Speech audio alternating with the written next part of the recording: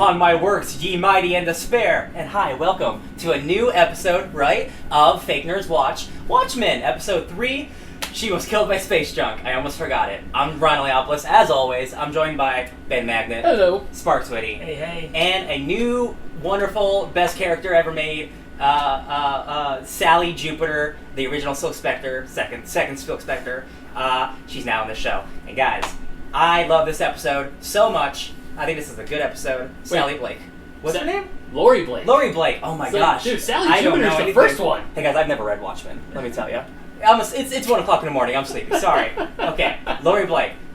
This is my favorite episode of these three, I think. This is a fully character, just like this is all about her being introduced into this world. And it's kind of just like, hey, here's her take on this character, and here's her take on this character. And we learn a lot about Dr. Manhattan and her past and what's going on with the original cast. And it's there's a lot going on in this episode. I really liked it. I actually like how this whole episode is just focused on Laurie. Yeah. And her also, name's Laurie, by the way, not and Sally. also it goes between her, like the action cuts between her like doing she's part of the FBI. Mm-hmm. She's part of the anti-vigilante task force, which, whew, okay, that raises a lot of questions. Yeah, she's had a past. She does. Yeah.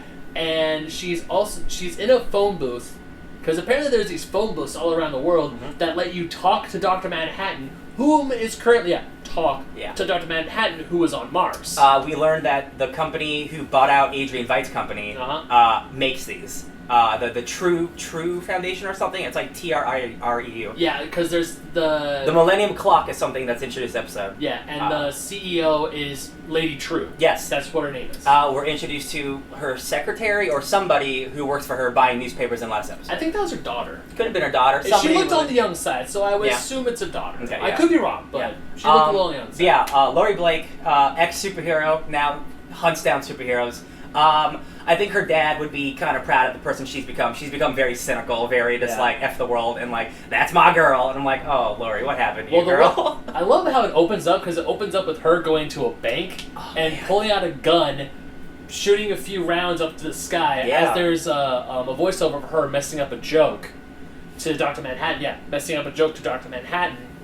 And then suddenly, like, everyone's freaking out. She's like, this is a stick-up. Other people draw guns. And then this masked vigilante just breaks in. Not Batman. Not Batman. Or not Night Owl. Yeah.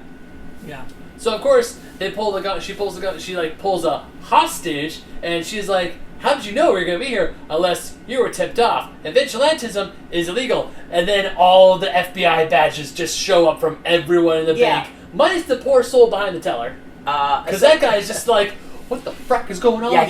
He's the Joe Schmo in this huge prank about he's the one poor guy who's like, I don't know what's going on, man. So I forgot that she was going to be an FBI agent, because I know we knew that before the show started. Yeah. But her coming in being a bank robber, I was like, oh, this is not what I expected at all. But it turns out it's actually almost worse, because then she almost turned on her own kind. Yeah. But like, if you guys know her past with Dr. Manhattan, she was a teenager when she got in that relationship, and she's kind of got some trauma, as you can tell later with that suitcase. Big old boys, let me tell you. Oh my gosh. Oh boy. So, do you remember the vigilante's name? Because I do. Shadow Man. Mr. Shadow. Oh, Mr. You're Shadow. close. Yeah. There's also the Revenger. Actually, he's just Revenger, there's no the. But people don't like her. People are yelling at her that she's arresting this superhero. And she's like, I don't care. She hates masks. Which, again, is like, she used to be a mask, so it's like real sad, kind of. Yeah. It's like, I wonder what happened there. Yeah. Reads all Watchmen. Never mind, I'm good. What about you, Sparks? Why don't you say something? Yeah, it was real good. Yeah, it was really good. You're right. You guys were like fast recapping the episode. Sorry, so I was just listening. Sorry. Sorry. Sorry. Well, I don't want every episode to be 2 hours long. Also, No, so it's like, okay. she shoots. She shoots Mr. Shadow. She shoots him. Yeah, Mr. Shadow. And then he goes down. He gets an ambulance. He's still alive. And then the classic, hey, how'd you know his body armor was gonna stop the bullet? She didn't. No, she doesn't say a word as she keeps walking. It's like, oh, she's a stone cold officer. She takes no bullshit. Now, here's the thing. I would think, she's just like a badass hardcore person, but then she does this for a second time and it backfires on her later on in the episode. I'm like, she just might be unhinged. But like, we'll get into that later. But we will. So where do we go from immediately after this? Does it go to her talking to somebody? It goes to her FBI briefing. The FBI briefing? Okay, yes. In the Rorschach Journal. The senator. Oh, the senator? The senator King? from Tulsa is the one who says, "You're going to do this." He goes to her he apartment shows and up he's to her like, house. Oh, "You're going You're to right. do this." You're right. You're absolutely... So... Oh, God. Okay. Cinematography. Yes. In this episode... So far, this whole series, we've only had 3 episodes, sure. Yeah. But the cinematographer, that person knows what the frack they're doing. There's another, like, Andy Warhol painting. Like, maybe a newer one. Like, maybe he's doing things. But Yeah. specifically, the Andy Warhol painting is of the remaining Watchmen. It's you see Night Owl, classic costume from the comic book. You see Ozymandias, classic costume as well. Dr. Manhattan, and guess who is blocking Silk Spectre? It's Silk Spectre. But it's not. It's just Laurie. But yeah, she also feeds that. She feeds a mouse to an owl. the owl's name is Who. Yeah, she's her comedy is very dry, just like her pops. Still has that was still pretty funny though. Yeah, Joe Keane Jr. shows up and it's like, yo, we got this problem in Tulsa, and we learn that Tulsa is the only city doing the mask program. Yep. DOPA. Which is an awful name for Which a really program. really makes sense if you think about the fact that White Knight was 3 years ago and it was a response to that. Yes. That Tulsa would be the place that implemented it first. Yeah. But he's saying other cities want to do it. They think it works really well. Yes. So now we have reason, like, why is the story of Watchmen happening in a small city in Oklahoma? It makes sense because of the White Knight, and it's focusing very heavily because it's about superhero stuff. But they want to send Laurie there because she's like the best of the best, and she hates masks more than anyone. And then did we go to the FBI briefing? Then we go to the FBI briefing. Yeah, and we get to meet Petey. We finally get to meet Petey, who's behind Peteypedia, which is the Wikipedia for the Watchmen universe that HBO gives out. I've been checking it out. It's really cool. They just started doing a Watchmen podcast with Damon Lindelof, the creator, and the guy who created Chernobyl. So that's going to be some excellent behind-the-scenes content. I suggest you checking it out. They're releasing 1 episode after every 3, so you're not immediately getting all the answers, which is cool. That's good. Yeah. I like that. Yeah, I prefer that. Yeah, we meet Petey, and he appears to be just like some intern, just like doing the projector. He's a poor schmuck just hitting the buttons on the projector. Yes. They're still using slides in this version of 2019 of course, hey, man, too. they're still using beepers, no cell phones. True. So there's a picture of the Rorschach journal, which is a red journal with Rorschach's face. That is, I just watched a video about it. That is actually a kind of copy of an actual white supremacist manifesto that was like in the 60s or 70s. That's like Turner Diaries? Yeah, Ben! Look at you, Ben! He knows some shit. That was a real book, yeah. Yeah, it is a real book. It's not a good book. It is. I've heard. There are times, you're on the History Channel. There's times where the stuff Ben, pops up. how do you know? Stuff pops up on the History Channel. No, I'm just kidding. Yeah. No, he's the history guy. He got the Knight of the Glass or something. Knight of Broken Glass. Knight of Broken Glass. Yeah. They want to send Laurie and a whole squad, like 30 FBI officers. Yes. And she's like, "You guys crazy? You're gonna show up with a bunch of FBI agents. They're not gonna let us do anything. Yes. So I'm gonna go alone." She says the second you show up with a bunch of suits, everyone's gonna clam up. So just send me. Just send me. Okay, Yeah. you need backup. All right, him. She points to Petey. Yeah, little skinny Pete over there, and he's just like, "Oh, what am I getting myself into here?" Yeah, he's like, "Oh my god, I get to work with the former Silk Spectre. This is great." Yeah. Well, and he left a piece of the Rorschach journal in the briefing. Oh, yeah. Chewed out for it. Yes. He's like, I thought it would provide context, and they're like, "F you, man." Yeah, we don't. Oh, there's a great. That's definitely a meta joke of like somebody says like Rorschach sucks, or like this isn't a 1985. Nobody gives a shit about Rorschach, and I'm like, it's true. He kind of sucks. I think that's kind of funny. You can pick that up, microphone. So yeah, they have to go to Oklahoma. They get into a plane, and then they see the Millennium Clock, which is I don't know what it is. I don't know what that does. It looks like a art. It's like an art piece. sort of piece, but it's functional. It also something. It looks like a big Emmy award. It does. It does look like I was wondering what it looked like. You're right. It does look like a big Emmy.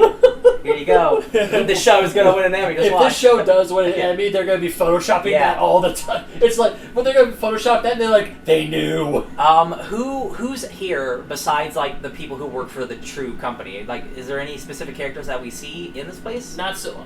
Don't we go there for 1 second? I want to say we see the Millennium Clock, but we see it from the plane. Yeah. And then Petey quotes, "Look on my work, see my despair," which is what Lady True said at the unveiling of said clock. That's what it is. As an homage to Ozymandias, and that's their little back and forth where he's like, "So, can you talk to me about it?" And she looks at him thinking that she's a fan, she being Laurie, Thinking that he's a fan. Yeah, thinking that he's a fan. Yeah. And she's like, "Well, you want me to sign something?" And he actually kind of speaks up for himself. He's like, "No."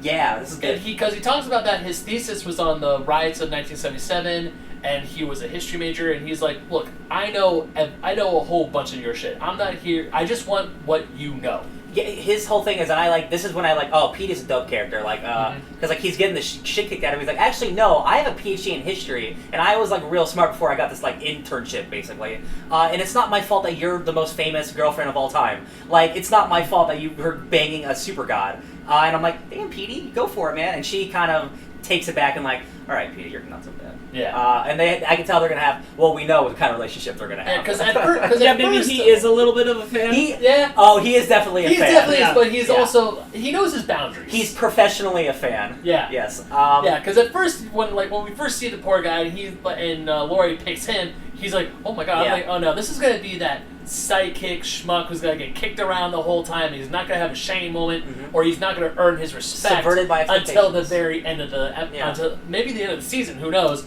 But no, she's like, "Excuse me, miss. I have other shit. I'm actually real smart, so don't talk down to me like a child. I know things, so check yourself." Yes. This flight is also where we learn that Ozymandias is believed to have died 8 years ago. Yes. Or grafted his skin and disappeared.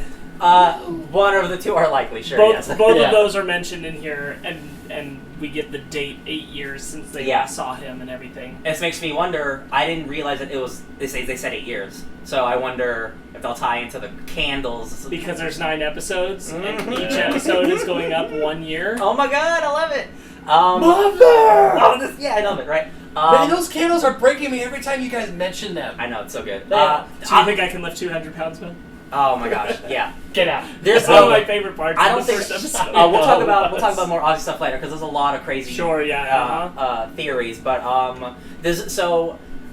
Laurie is getting she goes to meet all the vigilantes, right? And she's in the midst of them doing a bunch of interrogations, but she sees Red Scare and Pirate Jenny, who we get her first on screen. My name is Pirate Jenny. This is me. Fun fact, Sparks, you're a Flash fan. She's Gypsy on Flash. Oh, that makes sense. You just can't see her because of the mask. mask. That makes sense. I learned that today. But they're rounding up this guy, and she shows shows also up. the first time anybody says Red Scare's full name. Yeah. They usually call him Scare. They usually call him Scare, yeah. But they're outside of the police interrogation warehouse. They're outside of the bubble. The bubble, yeah, and the pod. She shows up. She shows up while they're kicking this dude's ass, basically, and she's like, "Hey guys, what's going on?" And they're like, "What do you want?" And sir, are your civil rights being abused? Yeah. Yes, ma'am. I'm sorry, guy. I don't really care. I don't give a shit. I'm looking for Looking Glass. Where's that dude? And they're just like, he's inside, I guess. This is weird. So she walks in, and it doesn't look good. They're obviously the 7th Cavalry are bad guys, but these dudes' civil rights are being tarnished. But the thing is that it's not that they're 7th Cavalry. It's that they're everybody who was in Nixonville, and they're not all 7th Cavalry. And they're trying to find out who is. Thank you. And that's where it's messed up. Really yes. bad. But also she also kind of doesn't care because she has a job to do, which is oh, where's your humanity? Oh, it's a good question. It's like Dr. Manhattan. Wow. Yeah. She meets Looking Glass, and this might be my favorite interaction because Looking Glass thinks he's this hard ass badass interrogator. And he has such respect for his pod, and she's just like, "Oh, this is a racist tracker, a racist detector." A racist detector, and he's like, "It's not. It's more complicated than that." I love when Laurie's like, "Oh, this is a racist detector." How does it work? She gets so excited and looking. You can tell, even though he still has his mask on, Looking Glass is just like. Yeah, you can feel his soul slowly leave, and then she just tears into him "Listen, Wade, what's his name? Wade something." She says his full name, which I forget. I think it is Wade. And then she's like, "You can just call me Wade." Oh, there's a cat. Hey, kitty cat. Yeah, but this interaction where he takes his mask off, and this is the first time where I felt him be super not dopey, but he's on the back foot. On the back foot. He's just a regular dude, and when someone more powerful than him shows up, he kind of cowers. And this is the first time where I felt he was a victim. And I'm like, this guy is usually super hard, and it's cool to see someone put him in his place. Yeah. Because he is kind of a jerk. And he's just oh man, I got told, didn't I? Yeah. Yeah. But it was still a really good interaction between the two of them. No, I love it. That's what I mean. It's just Laurie is so smart, and she's been through this so many times. Fun fact, on Peteypedia, you learn she took on the comedian name, and she went back to vigilante fighting with Dan in the 1990s.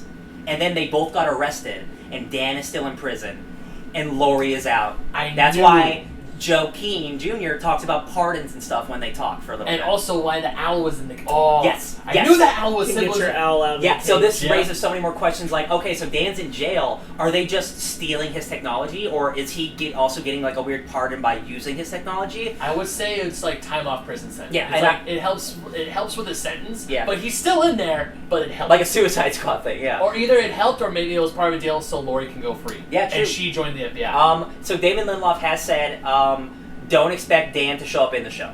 So, like, Dan is not in the show. This is the much we're getting. He could also be lying. So, like... I mean... He's not super essential. He's not in this season. Yeah, at least this season. Like, yeah. I'm confident he's not in this season. And, like, up to this point, like, Damon Lindelof is like, I'm not gonna, like, lie to you for no reason. Like, Dan's not in the show because we didn't need him this season. His plot points are throughout the show, but not him directly. Anyway, Laurie is the much more interesting character here, I think, anyway. You know what, yeah. I mean, Night Owl was a personal favorite of me, both in the film and in the comic book. Mm-hmm. So, I mean, if he's not in the show, not this season, I'm still okay. Because you're right, Laurie is still a huge part of this, and I really want to know what happened to her. I think the only reason it'd be interesting to have Dan show up at some point, not now, is that he, at least in the book, was moral compass. Yeah. In a way that no character is other than him in the book, and no character in this show really is like that either. No, yeah. Oh, yeah. So his assessment of things would be interesting. But also, we don't know how much Dan's changed in all that time. True. Yes, and again, I had a point and it's gone. Just kidding. So Looking Glass gets his pants spooked, and then Laurie's like, Sister Knight, that's Angela, right? And he's like, yeah. I'm like, you snitch! Like, she knows. He knows everything! He did, but, like, again, I'm just like, this is, like, even... He's a coward, is what it is. Like, that's something he should take to the grave. Well, I think it's also, like, we don't know the rules or anything, but, like, I don't know that they can lie to government agents. That's a good point. I mean, that's a good front story, but I don't know where the line is on how much they're allowed under this act of wearing masks to lie. When she even lies to the senator who enacted this whole thing. That's true. She's even told him, I'm not in service anymore. And she says the same thing to Laurie. She seems to be even further under the radar. Yeah. Does this take us to the funeral? Not quite. Not quite? I believe something else happens. That seems too fast to jump to that. But this is where she finds out about the funeral. Okay. Yeah. Okay. Yeah. So what scene's next then? I'm trying to remember. I'm trying to remember too. There's a lot of intercutting between her and the phone booth. It's like an ongoing, recurring joke. I want to say it does cut back to her in the phone booth, because the first time we see Angela is at the funeral. Yeah. Yes. So. Oh, crime scene.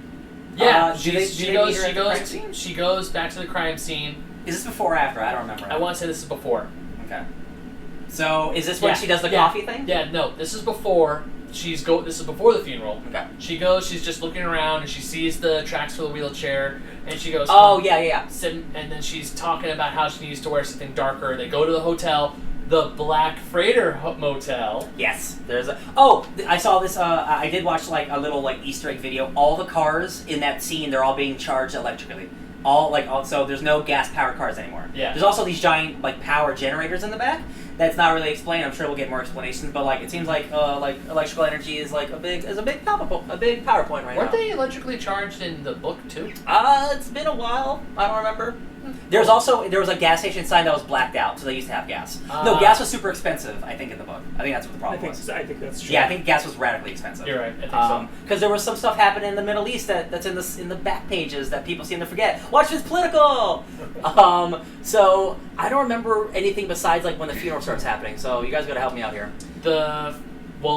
She's getting dressed, but she also makes sure she puts a gun on her leg. Yes. So she has a spare gun just in case. She goes to visit Judd's house. We don't see what happens, but we know she's at the front door. Yes. Yes, and that's because that ties into her talking to Angela later. Yep. She visits Judd's house. Some music is playing in the background. Isn't that when she's doing the narration about Ozymandias. No, it didn't get to Ozzy yet. It starts so with that's Night when Owl. She's doing the one about Night Owl. So she's telling this joke about where Ozzy, Night Owl, and Dr. Manhattan all go up to the pearly gates because they died, but they all end up in hell. Meaning that she thinks that all superheroes are bad, whether with good intentions or not, because Night Owl's clearly a good guy. So her moral skew is a little on the chaotic side, I think. But like everyone goes to hell, including Dr. Manhattan, where I'm like, okay, what about you, Laurie? Where do you go? That's a fun question. What does she think about her dad now? That's what I really want to know. That's just my own thing. Yeah. That's for later. Okay. What next, guys? Then I think she does go. Yeah, to this the is the funeral scene. Where they drive up and she tells Petey to hand over their weapons. That's right. Okay. But she still has one. Oh yeah, Petey brought a domino mask, like a superhero mask, just in case, because we went in Rome, right? And then she's like, "We're not in Rome, we're in Tulsa." Oh yeah, that was what started the conversation on the plane. Yeah, about the mask, about superhero stuff. Yeah. But they're at the funeral, and it's a traditional funeral. You got a 51 state flag on there. Intertwined with that happening, we see a 7th Cavalry member show up in a mausoleum. And at first he's like crawling through like dirt. Yes. And then he gets up and Angela's doing a eulogy song, which is what Judd wanted for his funeral. Mm-hmm. And Laurie is the person who starts the clapping to go with the rhythm of it. Yes. I thought at first she was going to slow clap like a bitch. Yeah. And I'm glad she did. No, yeah. She starts it. So Laurie has a level of respect. Yes. For the situation. Well, Judd wasn't a mask, so I'm sure she's cool with him. Yeah. Right? Also, right before the funeral starts, she talks to Angela a little bit, gives her a card, and that's where Angela's like, I'm not a cop. Oh, yeah. Anti-Vigilante Task Force, huh? And yeah, she also tells her that she's not a cop anymore. What is Laurie's line? She's like, you know what's the difference between like a masked cop and a vigilante? Like, nothing or something, isn't it? No, she said, how do you tell the difference between a masked cop and a vigilante? And Angela said, I don't know, and she said, neither do I. Yeah, that's it. Yeah. It's a strong line. I like it. But yeah, Angela's performing this wonderful song, and then the 7th Cavalry member jumps out with a suicide bomb, with a suicide vest, and a heart connector. So if he dies, the bomb will go off. And I'm like, that seems pretty advanced, but it's also like... And he's trying to get the senator. Yeah. Yeah. Joe Keene's there. He straight up calls out Joe Keene Jr. Race traitor! As a race traitor. Says, come with me or everyone here is going to die. Come with me if you want to live. Essentially. And then... Bang! Laurie doesn't. Laurie pulls out her... Doesn't take a second? Nope, doesn't take a second. Just pops him right in the head. Angela goes up. She sees the heart connector. She hears the beeping. Grabs the guy, tosses it in the hole. The 6 feet deep hole where Judd is going to be. And then pushes Judd's casket over said hole. Sad. Which, it's a little morbid, but... And then it starts raining Judd everywhere.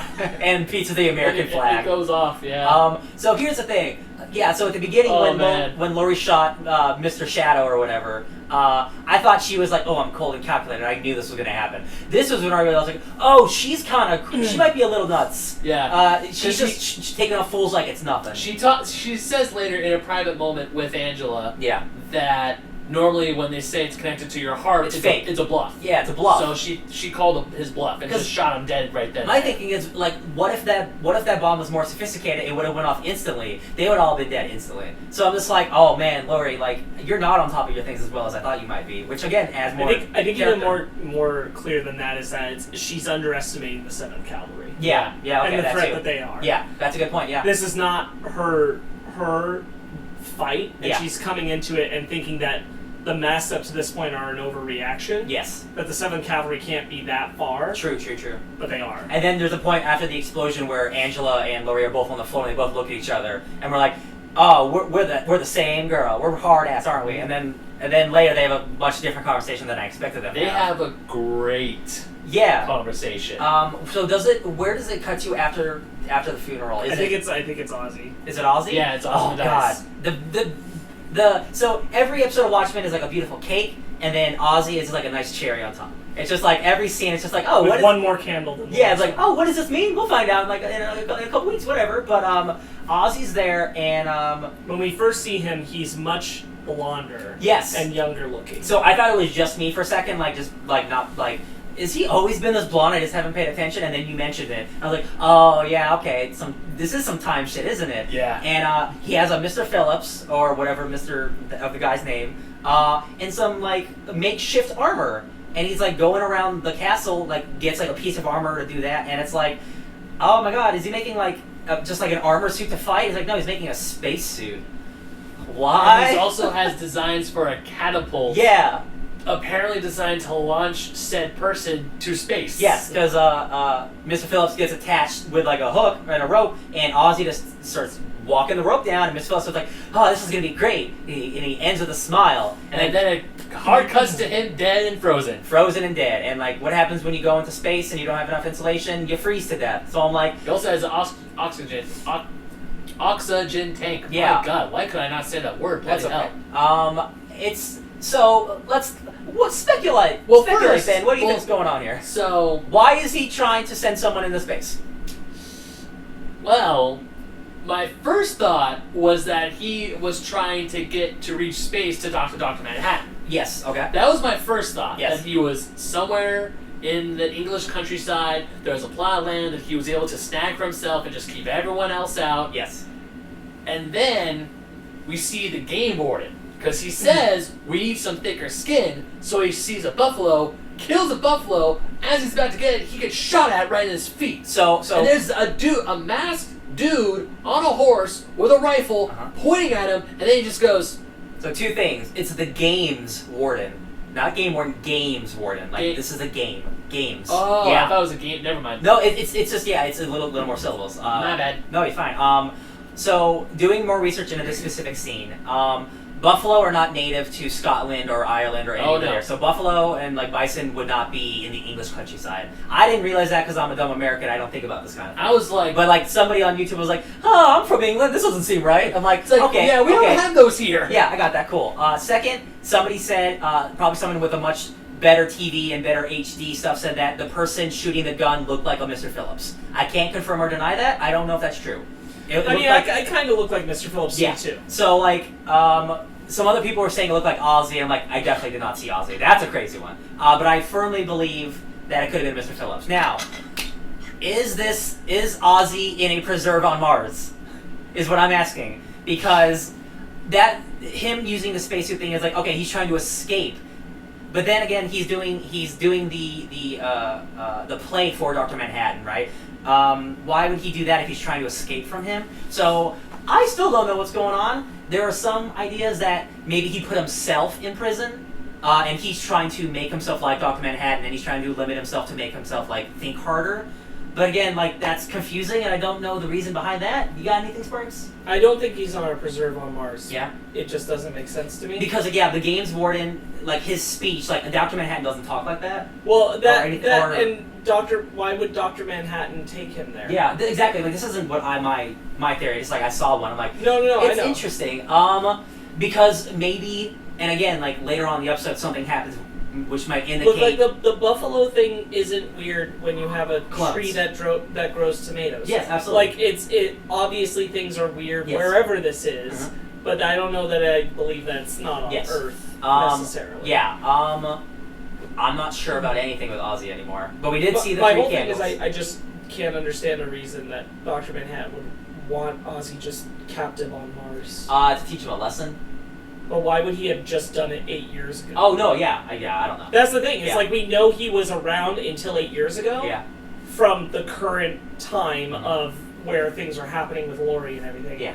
So that's my whole thing. Is that if Dr. Manhattan was doing it to teach him something, I feel like he would have done it many years ago, not 8. Yeah. That's weird. Yeah.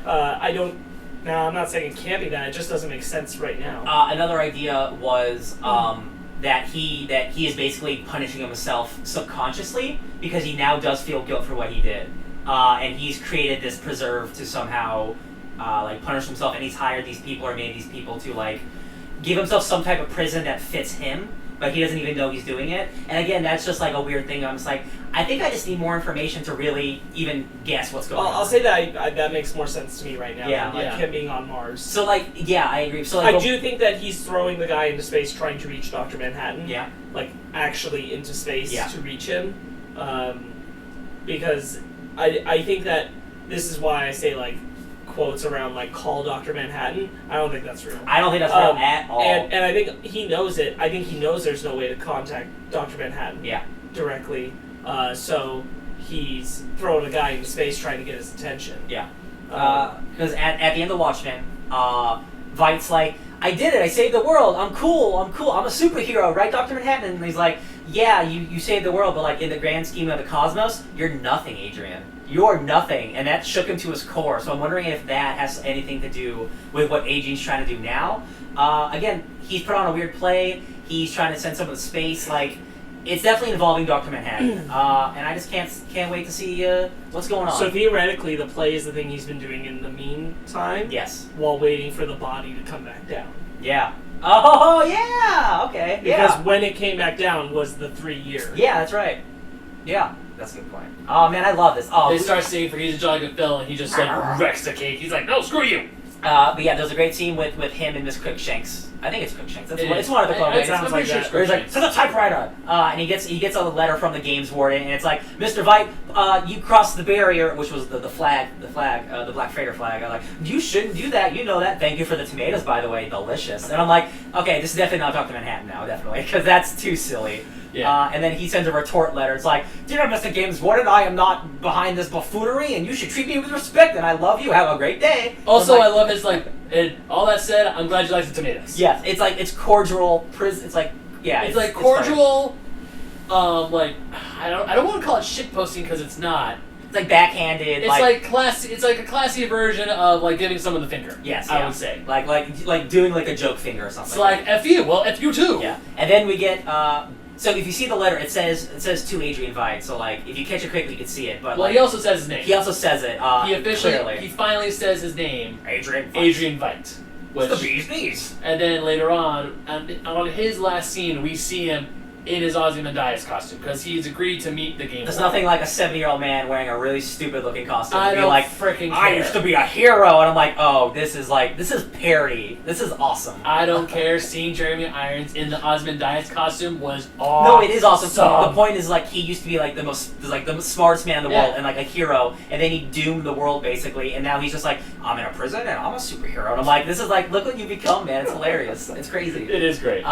So then we get graveyard scene back at the cemetery. Angela is doing some of her own investigating with her night owl goggles, right? And Laurie goes with to 2 her cups. coffee. With 2 cups of coffee. It's like, hey, how about that coffee? And then she's like, all right. And she gets this big monologue of, oh God, it was pretty much a monologue of, I know you're into some shit. I know exactly who you are. Yes. Don't test. It was like part don't test me, part I'm kind of on your side, but at the same time help. I still don't trust you. Yeah. Well, what she's revealing is that they were going to exhume Judd's body. Oh yeah. Regardless of everything else, they were going to do it discreetly. Now they can't. Right. Oh, that's a whole point. You're right. Yeah. You're right. I forgot that. Because they didn't do a toxicology report on Judd because he had coke and wine in his system, and the police are going to hush that up. And I'm like, but you guys are wearing the mask. No. And then Looking Glass's whole argument was, well, he died from hanging. It was obvious. It's clearly hanging. It was clearly Who clear cares what the about was. And drugs? she's like, you're right. That makes sense. Yeah. But we're gonna do it anyway. So they were gonna discreetly dig him up. I'm like, I mean, that's still kind of shitty, but okay. And then there's nothing left of his body, so we can't do that. So now, like, the mystery's gone. But the whole thing is that Laurie's like, saying, I don't believe that this is 7th Cavalry. I don't think you believe this is 7th Cavalry. Yeah. You notice the tire tracks that Angela plays it real smart because she doesn't say, she doesn't give away her hand. Yeah. Because she says from what vehicle? From the vehicle, and she's like, I'm sorry, did I say vehicle tracks? I know she's wheelchair playing dumb because she doesn't want to know that she got there first. Yeah. And it's actually like, I'm glad that like Laurie isn't too smart to know that like she knows about the wheelchair and all that stuff. Just like clearly your emotions are ruining this, like, the crime scene. Like, you aren't seeing things that are there because you are too emotionally tied to Judd. That's why I'm here, because I don't give a shit about any of you guys. And I'm like, that's pretty cool. But she gives this whole long speech that's supposed to like intimidate or scare Angela, and then Angela's just like, ooh, spooky. Literally, she goes, oh, and then she pours the coffee into the hole where the Does she say something like, I eat masks for breakfast. I eat masks for breakfast. Oh, yeah. And then Angela's just like, ooh. And then pour. It's like not pour one out for the homies. That's the opposite of that. Nope. And then Laura's just like, well, I'm happy I'm here, I guess. That's cool. Yeah. And then we get to, are they back at the hotel now? The joke that she's going finally gets to her, because the whole joke, we start off with Night Owl, then we go to Ozymandias, and then we go to Dr. Manhattan. We actually have a failed joke at the very beginning. Yeah, that was the one. Yeah, that was what we talked about. Cool, sorry, yeah. With the brick in the air, yeah. Yeah, the brick in the air. Yeah. And finally we get to the fourth person, which is the girl. No, Dr. Manhattan. No, he's already gone. No, he's gone. He's the third one. He's the third one. No, I know. You skipped it in what you were saying. Oh, okay. That's why I was adding it. Well, all three of them go to hell, and now it's Laurie's turn. And it's you can finish it then. And then because she's like, well, where does God go when he dies? And she's like, I'm the girl who threw the brick in the air.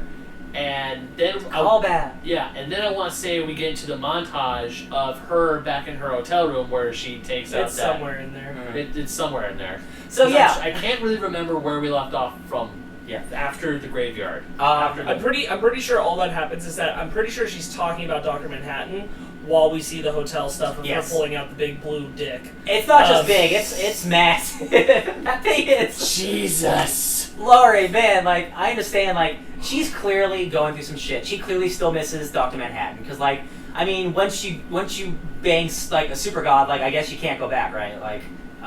She's got some trauma, and the thing is, like, Dr. Manhattan did love her in the end, and he did have emotions. Like, Laurie is the miracle that made him realize he cares about humanity, because the comedian raped his mother, and then she went back and loved him anyway for it, because Laurie was born, and that's how Dr. Manhattan realized, like, oh, humanity is worth saving, or blah blah blah blah blah. But apparently not, because now he's gone for 30 years. But she's got the big old thing. And before this, Petey, every time they say goodbye to each other, Petey kind of does this weird, like, he wants to go talk to her or, like, hang out with her or something. Yeah. But they always just shut the door. But Laurie, feeling real sad, goes and knocks on Petey's door. And then instead of using the big or both, we didn't know. We don't know. But has Petey wear the mask. She has Petey wear the mask, which means, like, oh, she still has some. She is not over the mask. No, she is not. As much as she wants to pretend. No king shame. No king shame. I'm saying she puts people like that behind bars, and then she secretly is like, I'm into it though. I'm like, oh, Laurie, you progressed. Now it's regression. What's happening? Yeah, and then she's talking, and then the end of the joke, where she says, God does go to hell, and then where she's talking about her. It's all on her in the phone booth. And then she ends it with, good joke. Roll snare, everyone applauds, which is a quote from Rorschach from the comic as well. But then she gets really sad and, like, I don't even know if you're listening, and, like, I don't really care, but, like, it's just nice to be able to vent and do this. And I'm like, man, this poor girl, she's been through so much, and she's, like, the one survivor who's like, now I have to clean this up, like everything that I've been through. And, like, she witnessed, like, an alien, like a fake alien invasion that, like, her boyfriend was a part of. Like, this is like. What's going on in her head is, like, so much, and I'm like, I feel so bad for this girl. Yeah. She's just trying to help the best way that she can. So now she gets out of the phone booth. Mm-hmm. She's walking down the street, and a car just drops out of freaking nowhere in front of her. Yes. Now, I didn't see an airship. Nope. I didn't see a magnet. Right. Nope. We just see the car. Because it was really fast, I thought it might have been the car that Will was in. So did I. But it's not that same car. Nope. It's a different car.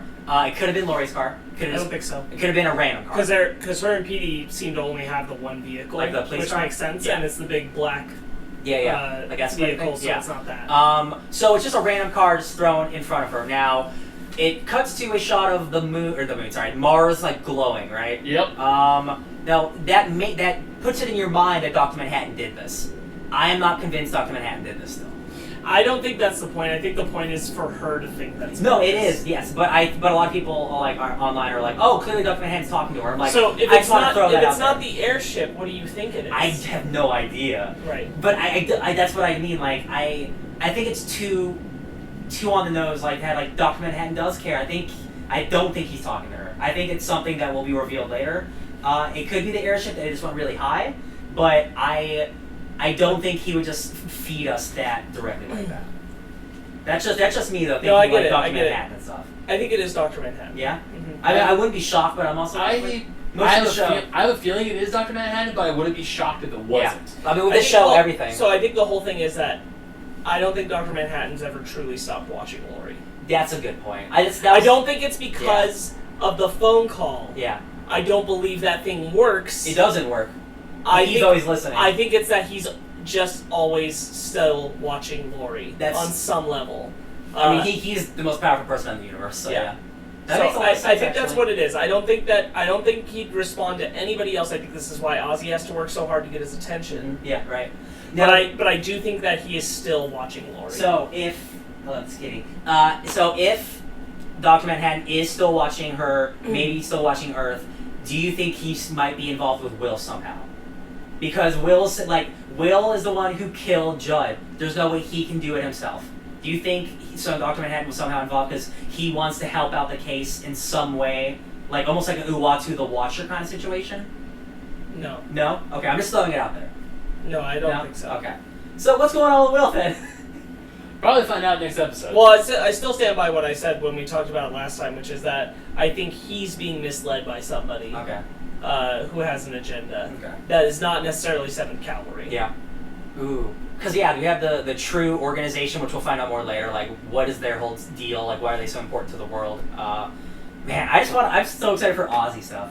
Because I just can't wait to see, like, where that ends up.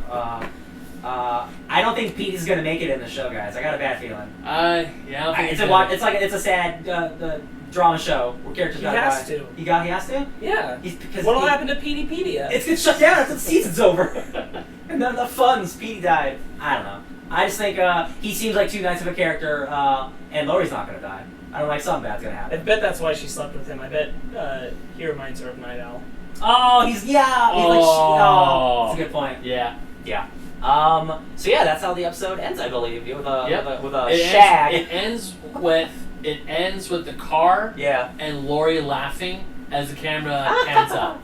Yeah, Jean Smart, who we know from Legion and from Fargo. I haven't really seen anything of hers besides the last couple years, and she's like really blowing up, and she's phenomenal. Like again, this is my favorite episode because like does she direct this episode? No, she's the star of it. She's Laurie. She's Laurie. Yeah. Okay. Sorry. It's cool. Like I really like the first 2 episodes, but like this is the first episode where I felt like this is Watchmen. Like they are referencing a lot of the characters. Like one of the main characters is there. There's a lot of the lore that's being sprung up, and I'm like, this is the show that I've been waiting for. Not that the others haven't been bad, but like this is the cream of the crop. Like now we're fully into like, baby, this is Watchmen. You know what? I actually felt that too. Yeah. Because I mean, obviously the first 2 episodes, as great as they are, we don't see anyone from who was part of the Watchmen. Yeah. We are like, it's like great world building, a new mystery that's upon us. That's it's like Ozzy. Well, besides, and he wasn't even Ozzy. technically Ozzy yet. Yeah, he wasn't revealed. We never heard his name. Mm-hmm.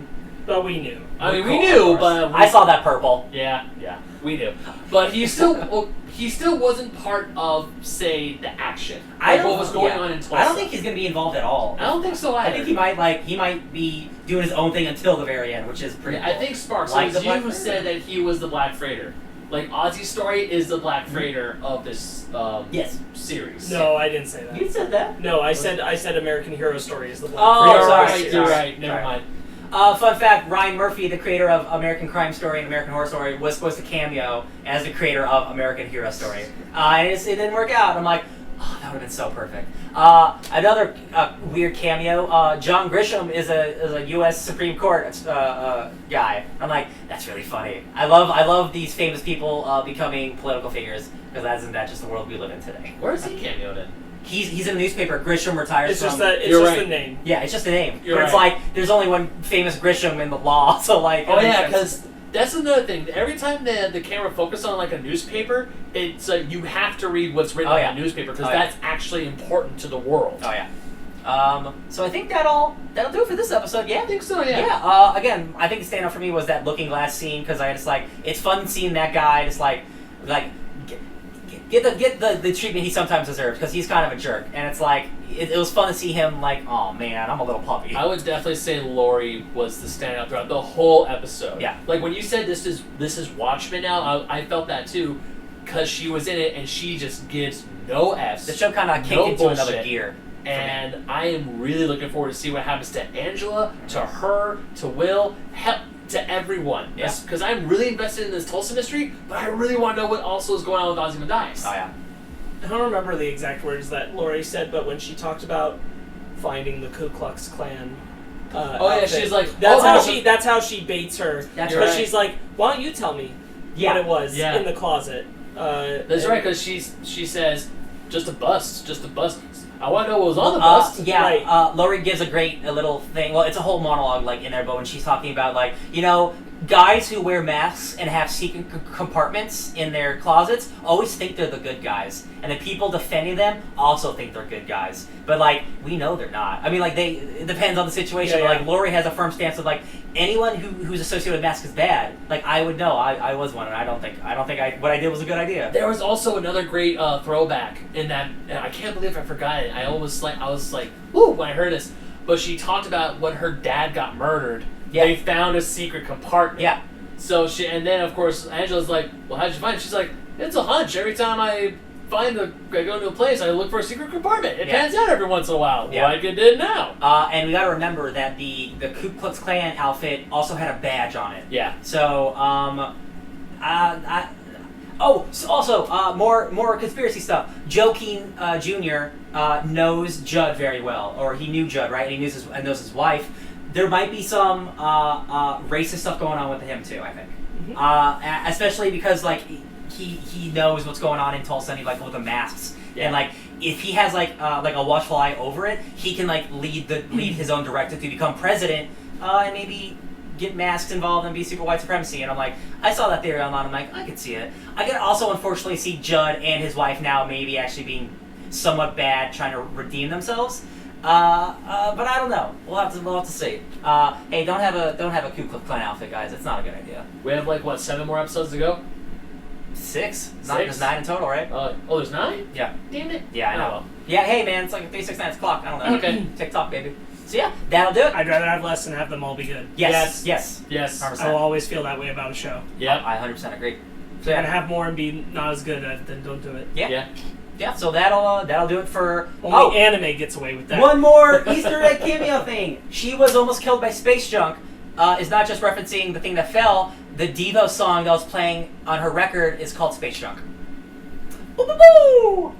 I don't know what the lyrics to that song are, but if you look into it, I bet it's relevant.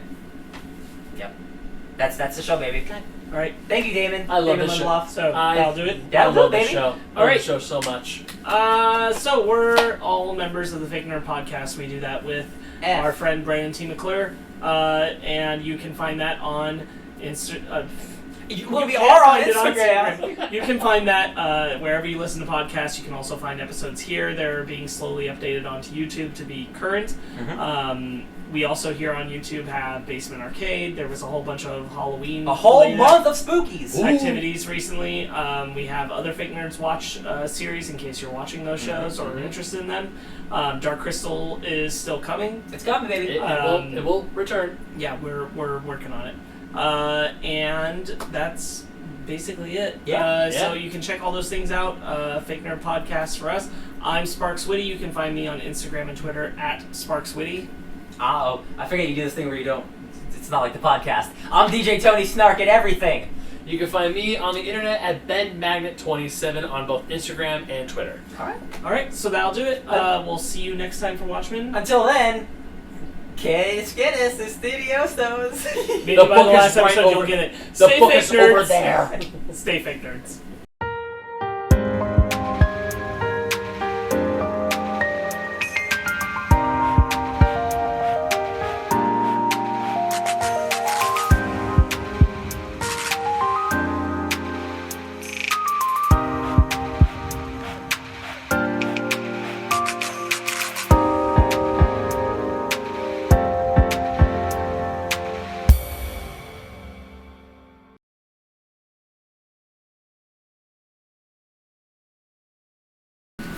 Do you want me to baby bird some in your mouth?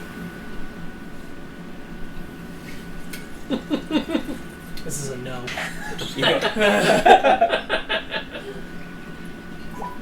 like a hell no. Ben, do you want to see Robert Pattinson fuck a mermaid? What? You should go see the lighthouse. I don't think I do.